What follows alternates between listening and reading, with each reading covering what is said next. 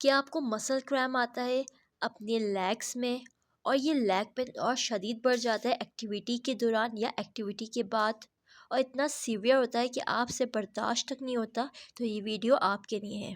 इस वीडियो में मैं आपको बताऊंगी मसल क्रैम्प और मसल क्रैम्प की क्या वजह होती है और इसके क्या अलामतें होती हैं और इसका इलाज हम कैसे कर सकते हैं, वो भी घर बैठकर।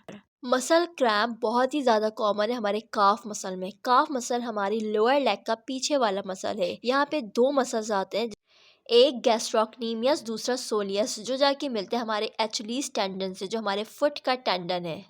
मसल क्रैम्प की वजह काफ मसल का टाइट होना और जब बहुत ज़्यादा हैवी एक्सरसाइज करना या फिर आपकी बॉडी में मिनरल्स की कमी होना या पानी का कम इस्तेमाल करना, इसकी वजह से भी आपको सडन मसल क्रैम्प आता है काफ मसल्स पर। बाज़ औक़ात काफ मसल पे स्वेलिंग, रेडनेस और आपको हाथ लगाने से शदीद दर्द होता है। अगर इसका दर्द बहुत ही ज़्यादा शार्प होगा छुरी की तरह तो ये माइल्ड है।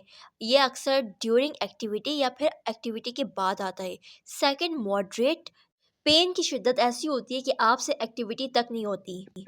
और जब ये दर्द बहुत ही ज़्यादा वर्स्ट हो जाता है तो ये सीवियर कैटेगरी में चला जाता है। इसकी वजह से आपका चलना फिरना इंतहा मुश्किल हो जाता है और ना ही आप अपने टोस पे खड़े हो सकते हैं। इसकी ट्रीटमेंट के लिए सबसे पहले आपने रेस्ट करना है, यानी हर एक्टिविटी को कट ऑफ कर देना है। सेकंड, आपने आइसिंग करनी है 20 मिनट तक। थर्ड, आपने कंप्रेशन करना है, आप बैंडेज बांधनी है। अगर बैंडेज बांधने से आपका दर्द बढ़ रहा है तो आपने इसे लूज़ कर देना है।